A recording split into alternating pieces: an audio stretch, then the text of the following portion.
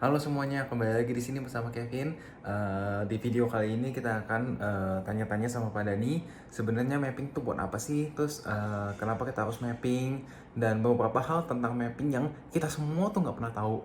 Terus apa sih yang bisa kita request selama mapping gitu? Dan apa sih hal yang perlu kita ketahui sebelum mapping? Nah, di situ diceritain semuanya sama Pak Dani. Jadi kalian jangan kemana-mana, lanjut nonton video ini. See you.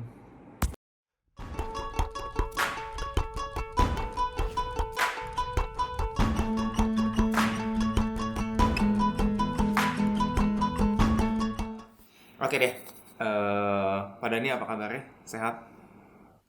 Sehat, Kevin. Gimana, Kevin? Baik, baik, baik. Biasa aja lah di rumah, rumah kantor, rumah kantor. Oh, tapi udah ngantor ya? Aku udah ngantor sih. Aku memang dari awal ngantor sih, kecuali PSBB ya. Jadi abis PSBB udah mulai mereda, aku langsung ngantor aja kayak biasa. Gitu. Oke. Tiap hari ya? Tiap hari. Ya, ya, ya. Mm-mm. Udah nggak ada. Nah, Saya juga udah nggak ada WFH sih. Kantor terus. iya ya. Karena klinik juga sih ya, Iya, nggak hitungannya. bisa kita kerja WFH.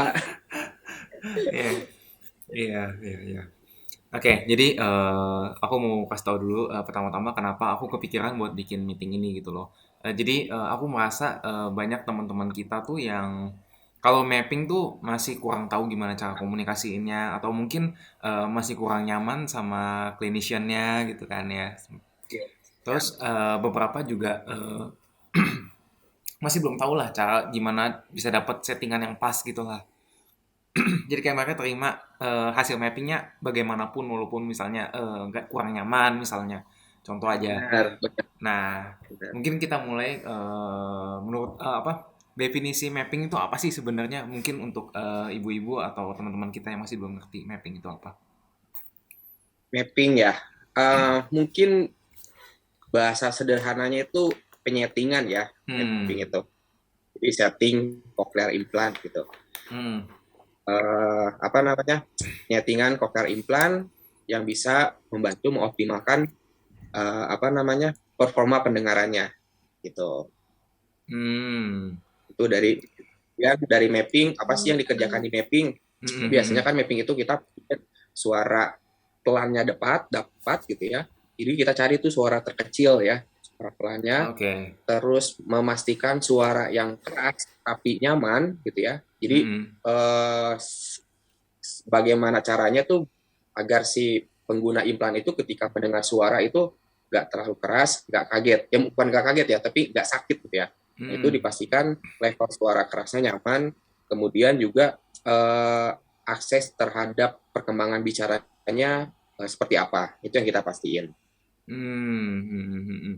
Berarti kalau aku tangkap ya berarti kita kita harus mapping supaya suaranya yang kita dapat itu optimal gitu lah ya.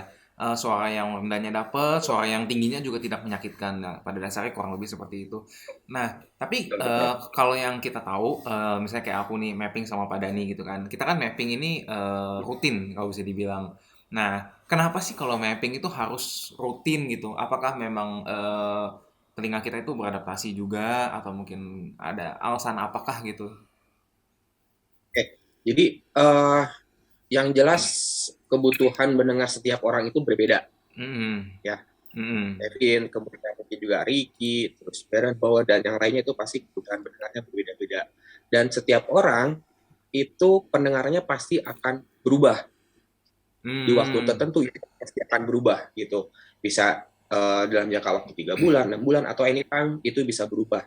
Biasanya perubahan itu dipicu misalkan perubahan apa hormon di dalam tubuh, kemudian pertumbuhan usia itu juga mempengaruhi ke pendengaran, itu pasti berubah. Terutama untuk mereka yang masih masih baru atau baru pasang cochlear implant, mmm, itu pasti rutin di tahun pertama itu lebih rutin mappingnya, karena sarafnya tadi masih menyesuaikan, masih beradaptasi, kemudian juga settingannya belum stabil, sehingga diperlukan mapping yang frekuensi mappingnya lebih lebih rutin dibandingkan untuk mereka yang sudah artinya udah lewat dari 1 tahun atau sudah dewasa, mungkin bisa 6 bulan sekali atau 1 tahun sekali untuk mapping gitu. oh, Aku baru tahu tuh yang hormon segala macam itu mempengaruhi itu aku baru tahu tuh. Itu Iya, ya menarik itu sih. mempengaruhi. Betul. Nah, Terus apa tambahan usia itu juga mempengaruhi Kevin. oh, oke oke. Nah, aku sempat penasaran sih. Ini nggak tahu sih Pak Dani bisa jawab atau enggak.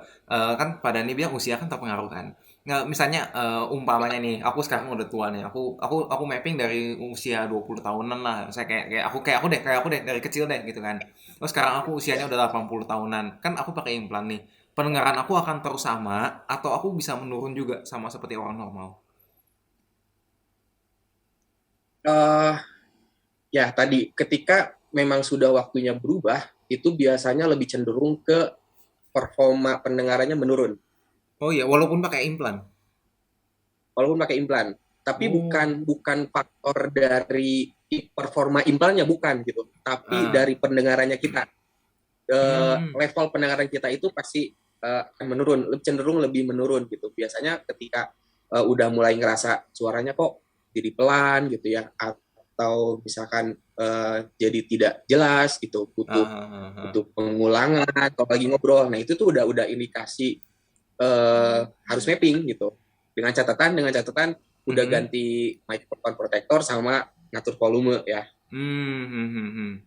Ya, Maintenance lah ya, maintenance. ya itu. Nah, nah, kan tadi Pak Dani bilang Itu. kan, kalau misalnya baru implan, kita kan mapping lebih datangnya lebih sering lah ya kalau bisa dibilang. Nah, terus Yes. sama Ya. orang-orang yang mungkin udah anak muda, teenager gitu ya, seperti aku gitu dan teman-teman gitu, atau mungkin yang udah lebih dewasa gitu. Nah, itu idealnya mapping tuh tiap berapa lama sekali sih? Dari Oke. yang baru pasang eh sampai yang udah gede gitu deh, kira-kira. ya, ya. Protokol ini biasanya setiap negara berbeda ya, Kevin. Jadi Mhm. mungkin ini saya bicara di klinik di Kasum atau di Indonesia ya. Oke, oke, boleh. Jadi biasanya ketika orang yang baru pasang implan, Mhm. itu biasanya kita setting 2 minggu sekali pasca switch on ya. Dua Oke. minggu sekali itu 2 kali. Jadi 2 minggu, 2 minggu. 2 minggu lagi, Setelah dan itu seterusnya. loncat 2 kali, itu Oh, loncat nanti ke 1 bulan sekali, 2 kali. Jadi 2 minggu, 2 minggu, 1 bulan, 1 bulan, terus 3 bulan sekalinya 2 kali. Jadi 2 kali 2 kali gitu ya. tiga ah, bulan, ah. terus 6 bulan sekali. Setelah itu baru mau 6 bulan sekali boleh atau 1 tahun sekali boleh. Oh, gitu, gitu, gitu. Iya, Jadi mungkin di tahun pertama itu bisa 5 sampai 6 kali mapping dengan catatan eh, apa namanya kondisi anaknya tidak ada kebutuhan yang lain, maksudnya tidak ada isu yang lain, kemudian tidak ada, artinya progresnya on the track gitu, on the oke, track. oke, Nah oke. itu biasanya tadi 2 minggu, 2 minggu, sebulan, sebulan. Tapi kalau misalkan di lapangan tetap menyesuaikan berdasarkan kebutuhan. Yang tadinya misalkan ini harusnya si anak ini udah harus 3 bulan, tapi saya masih belum yakin nih kalau sampai loncat ke 3 bulan, kayaknya kejauhan, saya masih harus observasi sebulan lagi. Jadi sebulannya nambah jadi 3 kali, bukan 2 kali gitu loh. Oh, ya, ya, ya. Yang tadi itu yang pertama itu berarti best case skenario lah kalau bisa dibilang ya. Ya, ya, Best ya, case skenario. Tapi kan kadang mapping ada yang nggak cocok lah. Kita coba mapping ulang kayak gitu kan. ya, betul, betul. Jadi kalau misalkan tadi harusnya udah 1 bulan, tapi pas 1 minggu udah nyoba di rumah, kok kayaknya Mm-mm.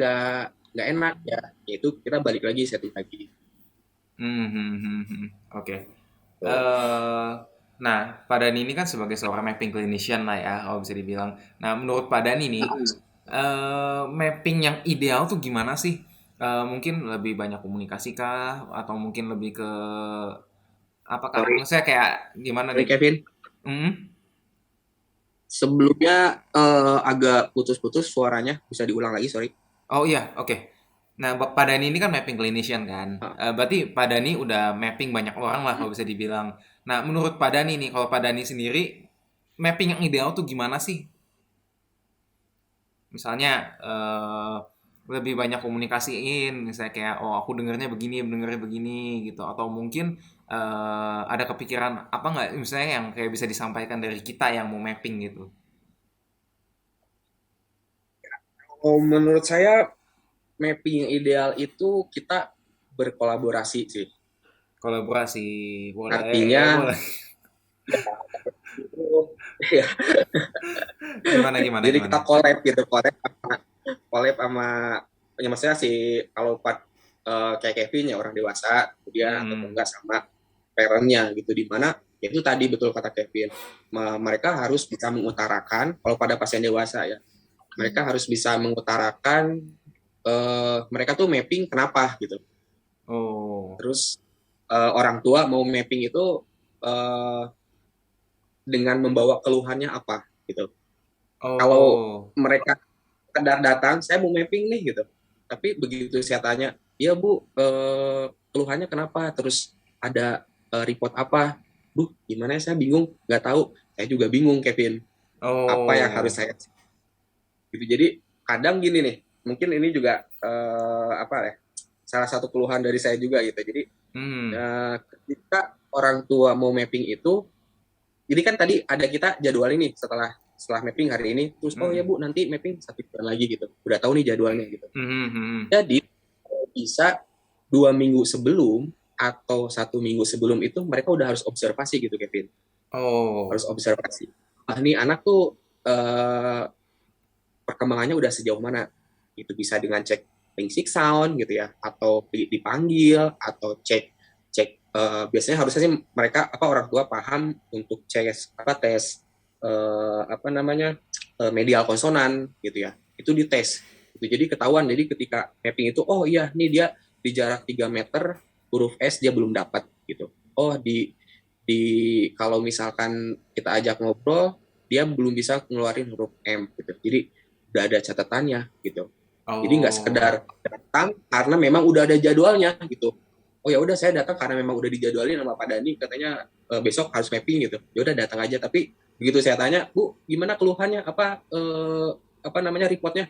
"Aduh, saya bingung." gitu. Ya saya juga bingung kalau gitu nyetingnya. Iya iya Jadi iya saya iya. bingung apa yang harus saya setting gitu. Tapi aku sendiri juga baru tahu maksudnya kayak harusnya di apa dimonitor dulu lah biar tahu apa yang bisa diimprove-nya gitu lah ya. Gimana kalau kita mau Ya, improve tapi kita nggak tahu apa yang mau diimprove gitu kan intinya kan. benar, benar. Menarik menarik itu aku baru tahu juga tuh. Nah, Itu jadi oke. Nah, kalau dari kita sendiri biasanya kita mapping lumayan lama ya. Apa proses mappingnya nih? Biasanya ya kita kita dari datang curhat dulu nih, curhat dulu dengar suaranya gimana gimana. Aku dengar misalnya kayak suara resleting, aku dengarnya terlalu keras gitu kan. Halo? Wah, kayaknya terputus nih. Coba kita cek internetnya dulu. Oke, sudah recording. Oke, sorry tadi karena internetnya putus. Jadi kita lanjut lagi terakhir sampai kita mapping ya. Kita mapping gimana? Kita biasanya mulai curhat dulu. Masuk ke ruangan curhat dulu tuh. Ya kan? Kayak biasanya aku cerita gitu kan. Kayak resleting deh. Suara resleting kadang-kadang aku dengarnya suaranya agak kenceng banget terus aku agak sakit gitu. Contoh ya, contoh. Nah, su pada nih baru oh kalau itu tuh begini begini begini begini. Nah, kalau biasanya dari keluhan aku kayak tadi tuh, misalnya kayak resleting suaranya tinggi, daripada nih tuh apa sih yang pada nih pikirin pas aku begitu dengar suaranya gitu. Maksudnya dengar dengar aku punya keluhan gitu.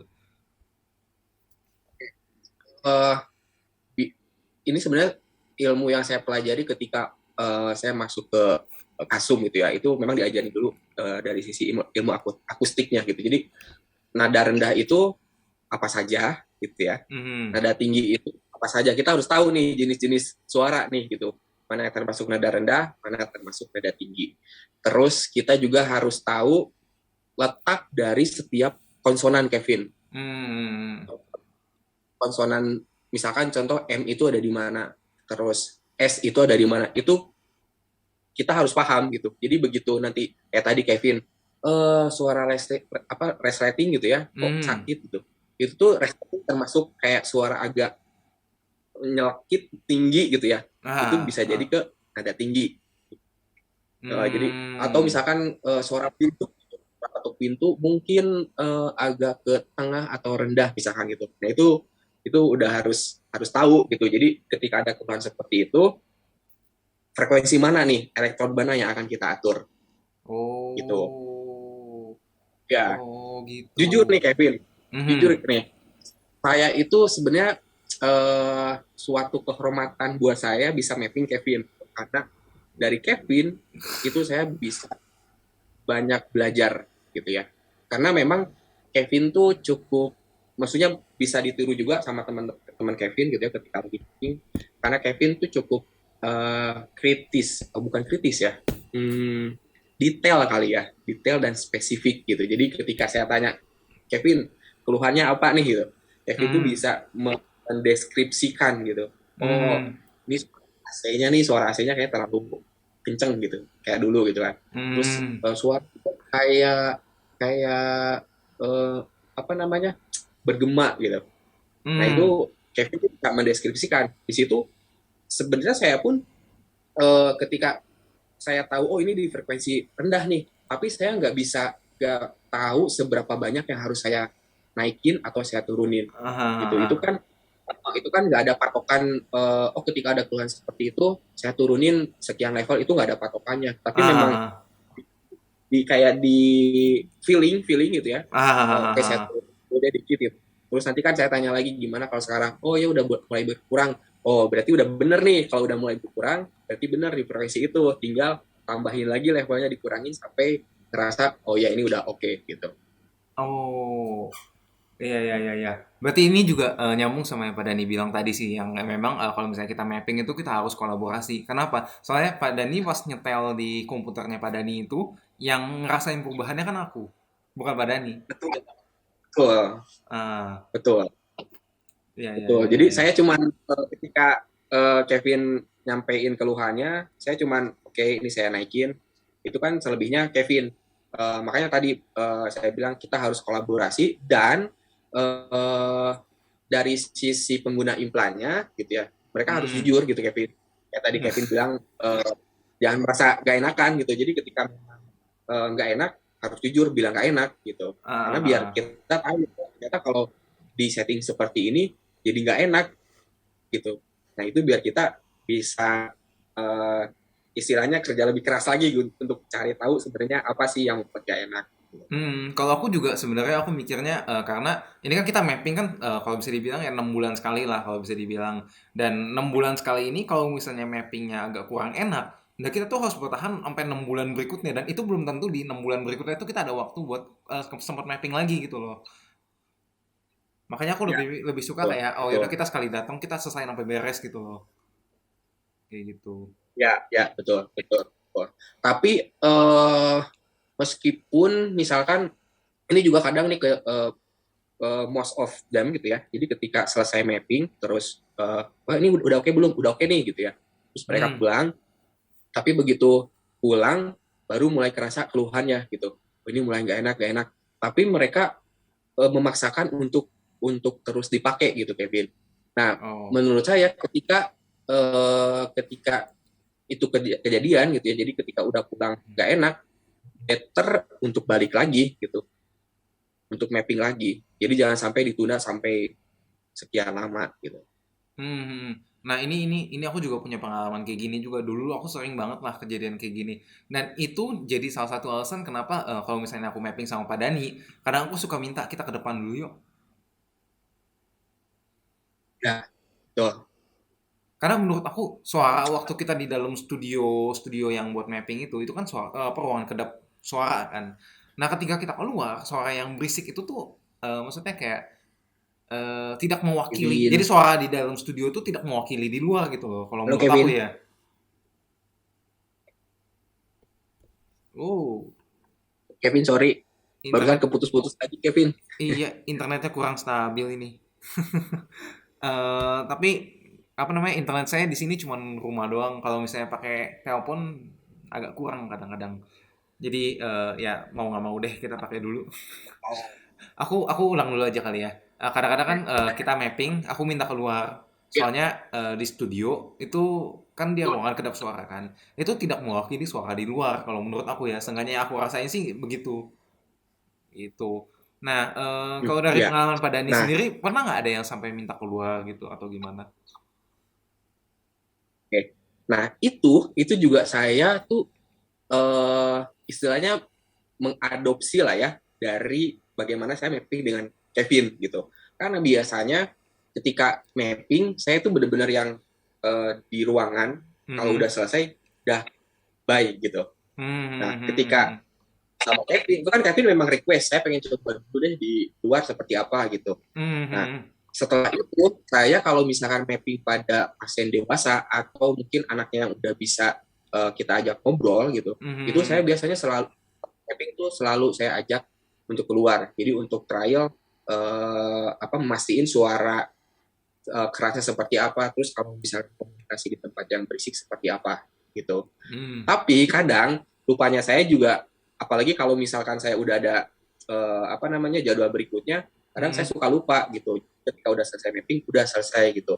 Nah mungkin ini juga salah satu hal yang mungkin perlu teman-teman Kevin istilahnya jangan sungkan untuk saya mau dong nyoba di luar seperti apa gitu.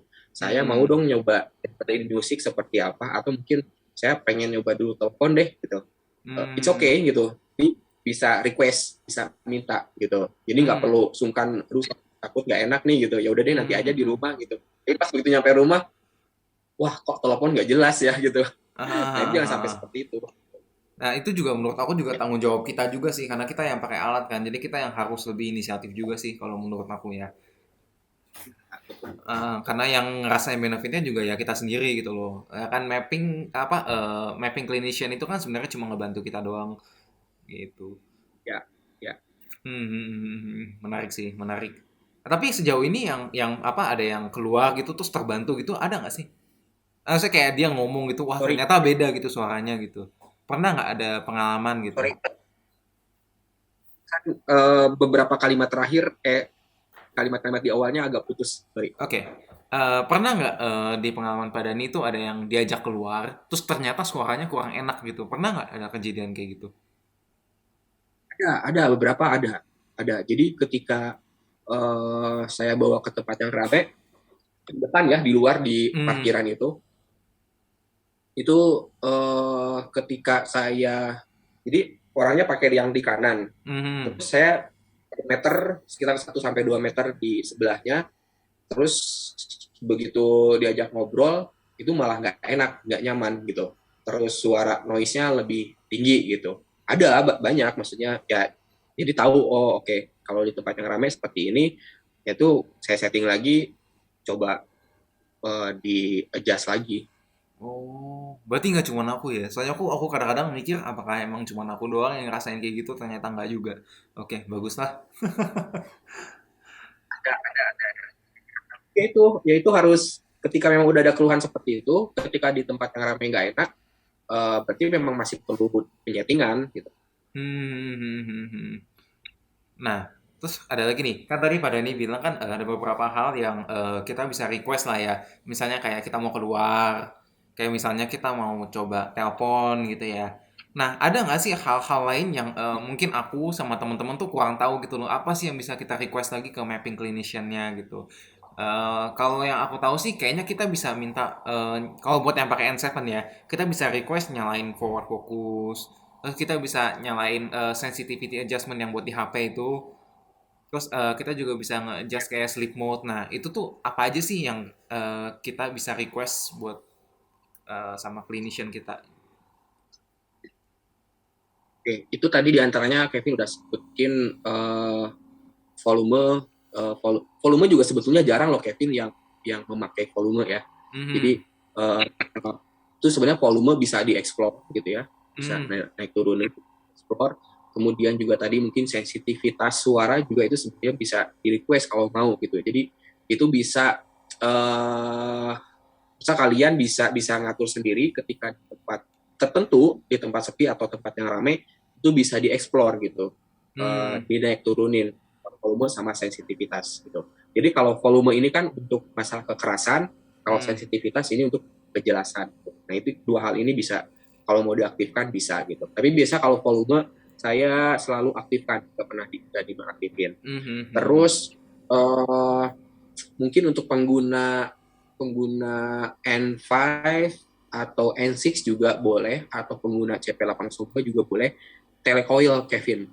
Telecoil bisa di request nyalain ya? Telecoil Ya untuk telepon, Kevin juga kan udah ngerasain Iya, ya iya, iya, iya. ketika oil itu bisa lebih membantu untuk apa namanya mendengar lebih jelas di handphone gitu ya. Ah, ah. Kayak coil, apalagi ya. hmm, Tapi yang telecoil itu aku benar-benar terbantu loh.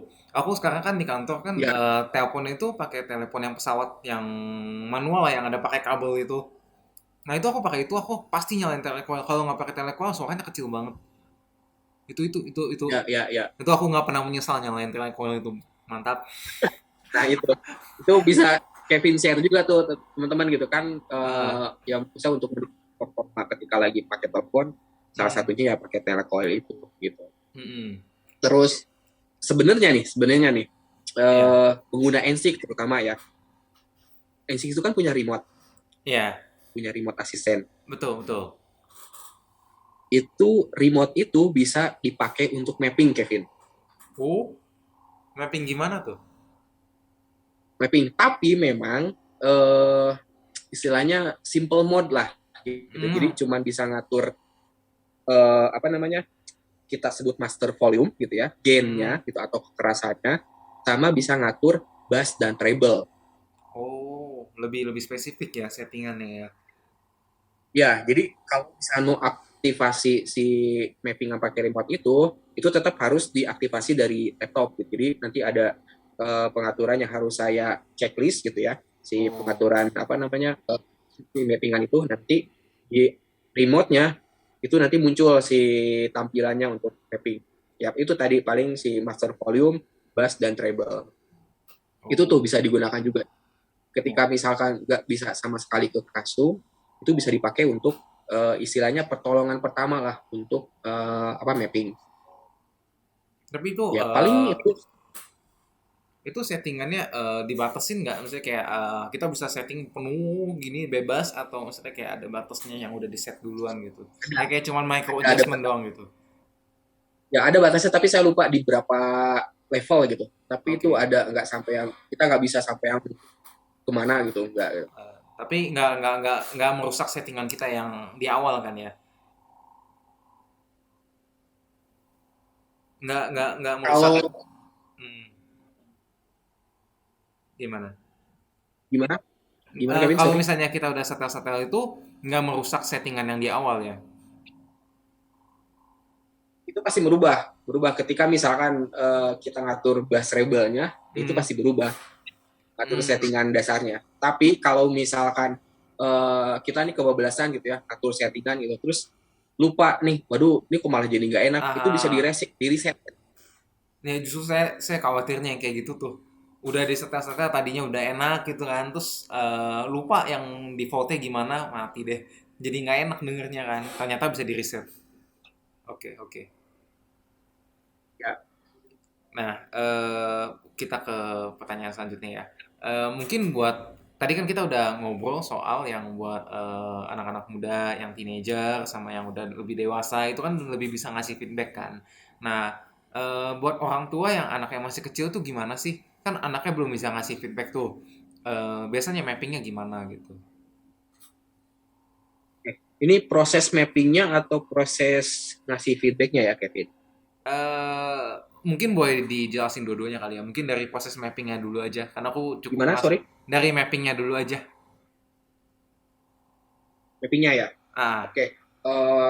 Sebelum ke situ, saya mau ngasih tahu dulu kali ya.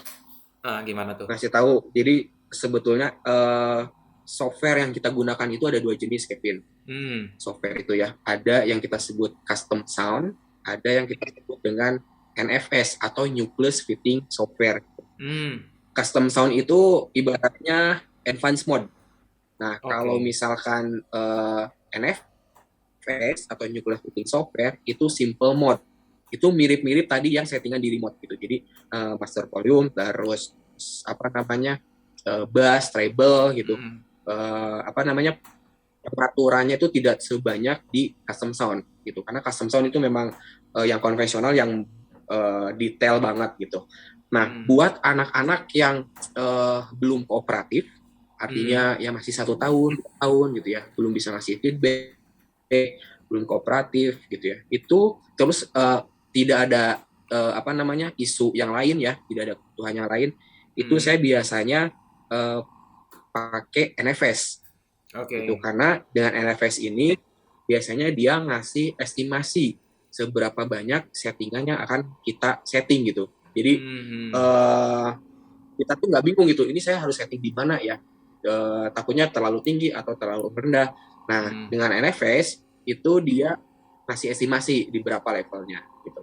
Tapi Hmm. kalau misalkan anaknya udah mulai kooperatif gitu ya, terus juga udah bisa diajak apa namanya kerjasama, itu saya mulai pindah nih ke custom sound gitu. Hmm. Hmm. Jadi custom sound tadi memang lebih detail gitu. Jadi kalau misalnya anak kecil itu biasanya proses mappingnya dengan ngajak mereka main menggunakan Oh, mainan. pakai Nah, mainan. terus pakai mainan.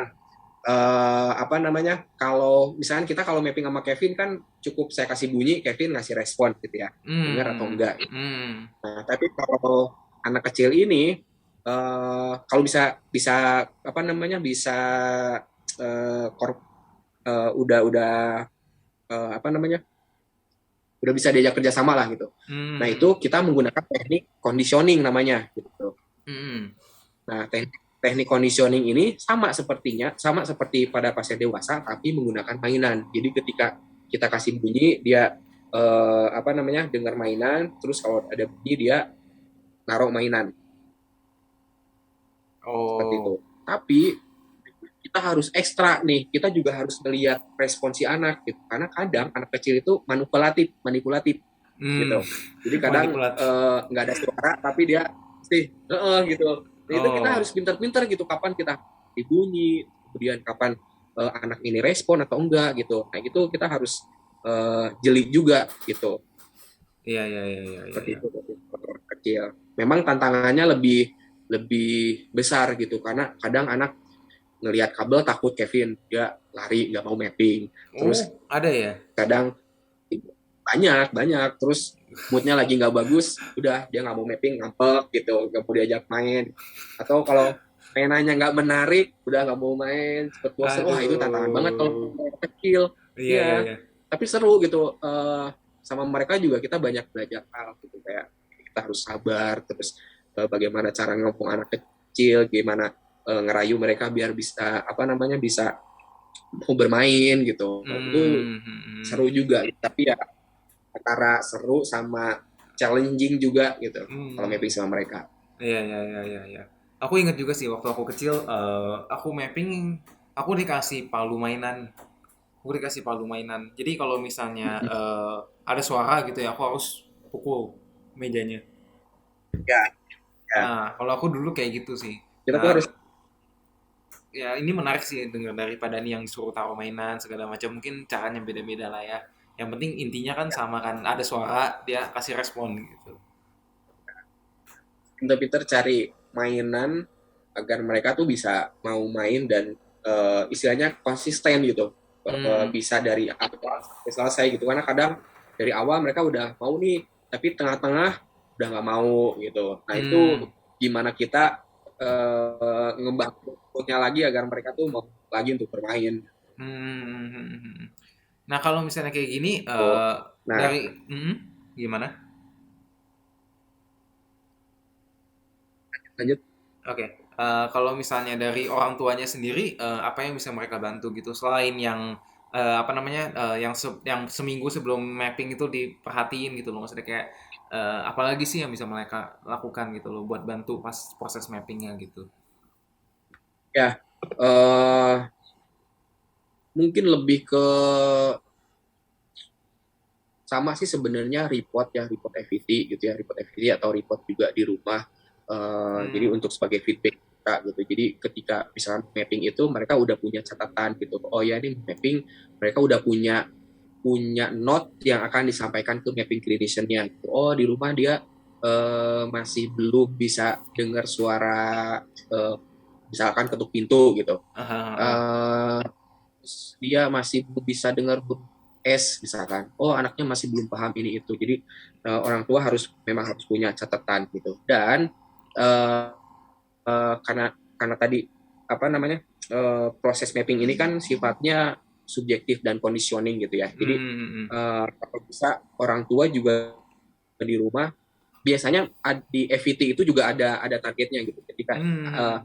ada ada masuk ke tahapan pengenalan teknik conditioning, nah di Hmm. situ orang tua juga harus konsisten untuk melatih mereka conditioning gitu. Jadi di rumah tuh diajarin kalau ada bunyi mungkin dikasih permen atau kalau nengok dikasih apa hadiah gitu. Itu salah satu latihan, bentuk latihan ketika nanti pas lagi mapping mereka udah terbiasa gitu. Oh, udah terlatih gitu. Jadi ketika ada bunyi saya harus dengar terus saya taruh mereka.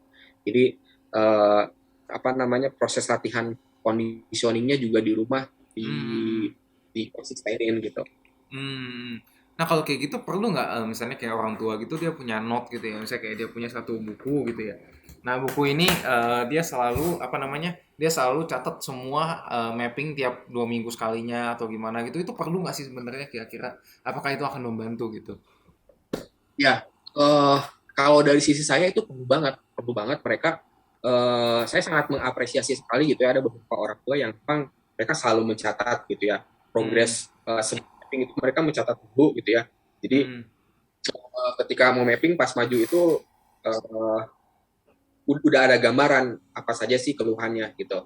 Nah itu Hmm. juga kan membantu ke saya untuk oh ini harus saya setting ini gitu kan. Jadi Hmm. lebih mudah gitu setting penyetingannya. Penting Hmm. banget gitu. Oke, oke. Nah, terus pada ini ada pesan lagi nggak untuk orang tua atau anak-anak pengguna cochlear implant, baik dari yang muda maupun yang dewasa maupun orang tua gitu, ada pesan nggak terkait soal mapping ini atau mungkin secara umum deh gitu? Dari sisi mapping, kalau untuk mungkin pasien-pasien dewasa gitu ya, Hmm. eh, ya mereka bisa lebih ya kalau bisa lagi mapping be honest aja gitu jujur aja kalau Hmm. misalkan enak enak kalau enggak terus mereka juga bisa lebih aware lagi sama lingkungan suara lingkungan gitu ya jadi apa namanya uh, ya tadi mungkin ketika mau mapping itu Kevin tuh bener-bener yang kan tadi ngasih tahu resleting gitu itu sebenarnya kan hal yang kecil gitu ya tapi Hmm. bisa tahu gitu nah itu juga mereka tuh bisa yang di rumah tuh semua hal suara tuh bener-bener didengerin gitu jadi tahu oh ini kalau Ah. suara ini gitu nah, itu mereka lebih aware aja sih sama sama suara lingkungan nah, kalau misalnya untuk orang tua eh, apa ya lebih banyak eh, lebih rutin lagi untuk observasi gitu observasi si anak jadi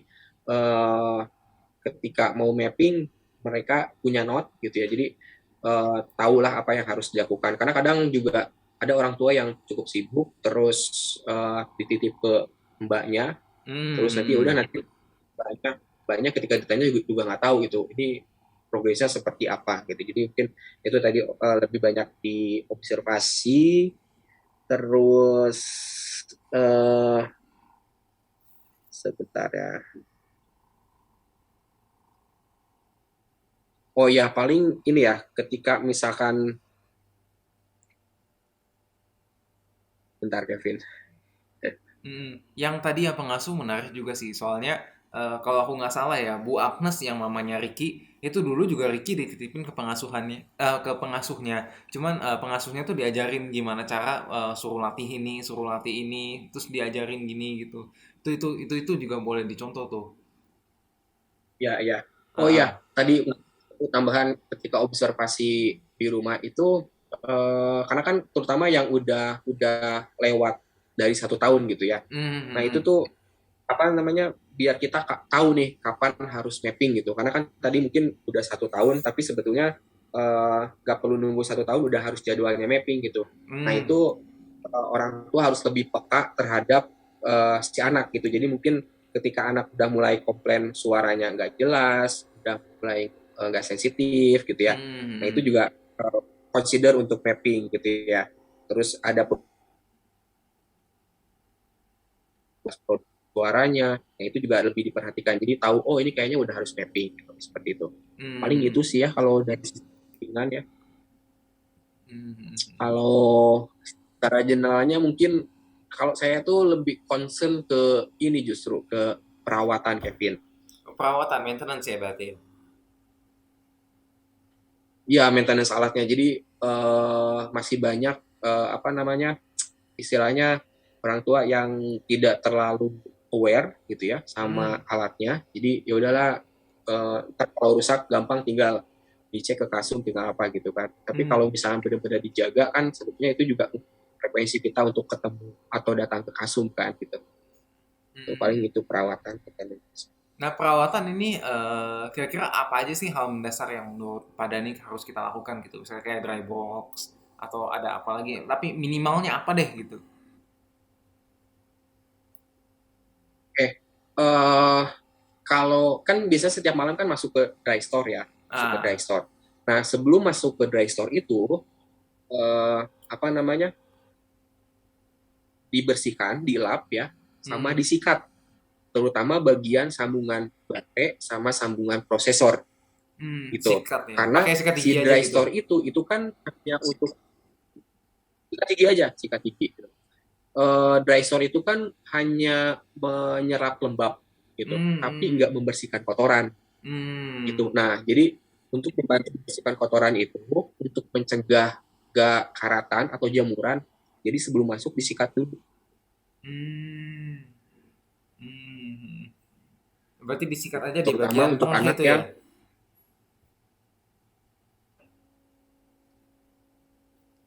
Waduh, putus lagi.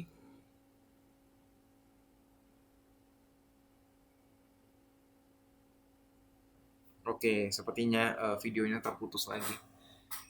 Kita cek. Halo Pak Dani, kayaknya putus ya lagi tadi. halo, ya terakhir. Sorry internetnya. Tadi iya, berarti tadi terakhir sampai disikat itunya bagian apa namanya bagian sambungannya ya kan. Nah, habis itu apa Ya, lagi, Pak? prosesor terus paling ya jangan lupa ganti ganti microphone protector, terus Hmm, ganti dry brake juga tadi. Terus ya paling itu aja sih yang basic ya. kalau yang dry break itu berapa lama sekali sih? 2 bulan, 2 bulan sekali. 2 bulan sekali ya? Oh, kalau yang microphone protector 3 bulan sekali. 2 bulan sekali juga ya sama ya? Tiga, tiga. Oh, tiga, tiga, oke, oke, Hmm, 3 bulan oke, oke. sekali. Ya menarik sih. Aku sendiri jujur aja yang maintenance yang Gitu. bagian sikat itu aku juga jarang sikatin sih. Biasa aku cuma lap pakai tisu basah doang di luarnya, tapi bagian dalamnya nggak pernah aku apa-apain. Karena aku takut masalah gitu, takut karatan. Justru malah kalau dilap kan, itu sikatnya kering kan ya? Nggak harus basah kan? Kering Nggak ya? kering, jadi nggak perlu dilap yang bagian tadi itu nggak perlu dilap pakai tisu basah, cukup dikeringkan aja. Jadi sebelum masuk ke dry store malam ya itu disikat. Oke, Itu oke, oke. membantu untuk ngilangin si kayak debu atau mungkin kotoran. Oke, oke, oke, oke, oke. Aku bakal begitu deh ke depannya. Nah, aku siapin sikat gigi kecil gitu di dalam dry boxnya. Jadi keluarnya set Tapi set set set, sikat, set, masukin. sikat giginya yang agak keras, Kevin, jangan yang lembut. Kalau yang lembut tuh dia nggak ngangkat. Oh, nggak ngangkat. Harus yang keras justru.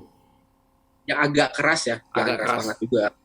Ya sikat gigi baby lah, itu Oke, kan oke. nggak terlalu keras, nggak terlalu lembut gitu. Iya, iya, iya, iya, iya. Oke, oke, oke. Nah, mungkin itu aja kali ya. Saya juga nggak bisa nggak bisa terlalu lama lah ya. Cukup aja waktunya segini. Thank you Pak Dani udah ngeluangkan waktunya. Mungkin next time kita bisa bisa bareng lagi nih. Ya kita ngobrol mungkin tentang tadi maintenance juga boleh tuh diangkat Iya, lagi. boleh tuh. Aku justru baru kepikiran nih. Next mungkin boleh bahas maintenance. Iya, karena eh ya meskipun kemarin kan terakhir juga kita ada webinar kan, Ya, yang ada bertiga kan, webinar. yang ada Pak Dani juga. Nah, ya itu eh, kan mungkin orang udah lupa lagi gitu ya videonya di mana, malas nyari. Tapi kalau misalkan ada video baru kan mungkin orang nonton lagi gitu kan. Boleh. Ya harus rutin-rutin ini. Ini nanti juga ya ini kan tadi kalau dari mappingan kan dari perspektif saya ya gitu. Mungkin Hmm, kalau misalkan setiap mungkin kalau mau tanya aku juga mungkin beda mungkin gitu ya. Jadi Hmm. itu bisa saya share menurut pengalaman saya gitu ya. Mudah-mudahan Hmm. ya bisa berikan informasi yang bermanfaat gitu ya. Ya, ya, ini pasti bermanfaat banget, Pak. Saya sendiri aja saya dapat sesuatu dari tadi Pak Dani cerita. Banyak banyak banyak ilmu baru lah kalau bisa dibilang. Ya, ya, ya Hmm. kalau masalah mappingan tuh apa ya sebetulnya eh, salah satu habilitasi yang penting tapi memang oh ini mungkin satu hal ya saya tambahin. Jadi kadang orang tua itu atau ya mungkin semua pengguna iklan itu Hmm. sangat bergantung sekali sama mappingan gitu Kevin. Jadi apa-apa kalau wah anak saya belum bisa ngomong nih, itu yang dikejarnya itu mapping cliniciannya gitu. Kayaknya mungkin harus mapping lagi atau mungkin mappingannya nggak cocok gitu. Nah, eh, yang paling penting itu nomor satu habilitasnya itu FVT gitu. Jadi FPT. mapping ya FVT terapisnya ya. Hmm. Mapping itu menunjang membantu untuk kita tadi membuka akses pendengarannya ya. Dan Ya, ketika udah ya. dibuka akses pendengaran, ini saya setting nih segini, nanti diobservasi di FVT. Hmm. Bagaimana gitu settingan ini cocok atau enggak gitu. Kalau nggak cocok, oh ya setting lagi. Kalau cocok, oh ya udah berarti ini bagus dilanjut gitu. Nanti kita lihat lagi observasi ke depannya lagi gitu. Jadi mapping harus disertai juga dengan FVT gitu. Oke. Karena banyak nih orang tua FVT-nya enggak gitu Kevin. Tapi mapping yang Oh. dikejar anak saya belum bisa ini mapping. Tapi kalau disuruh FVT ditanya FVT, oh enggak FVT, saya nggak perlu FVT di rumah aja deh gitu. Tapi ntar dulu lagi, oh anak saya nih belum bisa ini gitu. Tapi kerja mapping cliniciannya gitu. Waduh, berarti bukan ke tempat yang seharusnya ya. Mm-mm, Salah mm-mm. sasaran kalau Ya, orang sebut. ya. Nah kalau misalkan dia FVT itu kan kadang saya juga terutama yang mereka FVT di Kasum itu Hmm. saya suka istilahnya discuss sama mereka si pasien A ini gimana nih sekarang progresnya gitu. Nah itu mereka akan ngasih feedback itu juga membantu saya istilahnya ya gambaran sedikit lah Hmm. apa yang harus saya setting gitu. Jadi Hmm. kita bisa kolaborasi juga tuh sama FVT-nya gitu. Hmm. Menarik, menarik. Oke deh. Aku rasa topik yang kita bahas juga udah cukup banyak ya. Ya, Thank you Pak Dani buat waktunya. Next time kita bisa bahas-bahas sama-sama. lagi mungkin maintenance atau mungkin ada topik lain yang bisa dibahas lagi yang menarik. Nanti minta tolong lagi ya. Oke, siap, anytime. Oke, stay safe Pak Dani. Sekarang juga lagi COVID kan, jaga-jaga kesehatan. Sehat-sehat Oke, juga ya. oke siap. See you next time. Bye bye.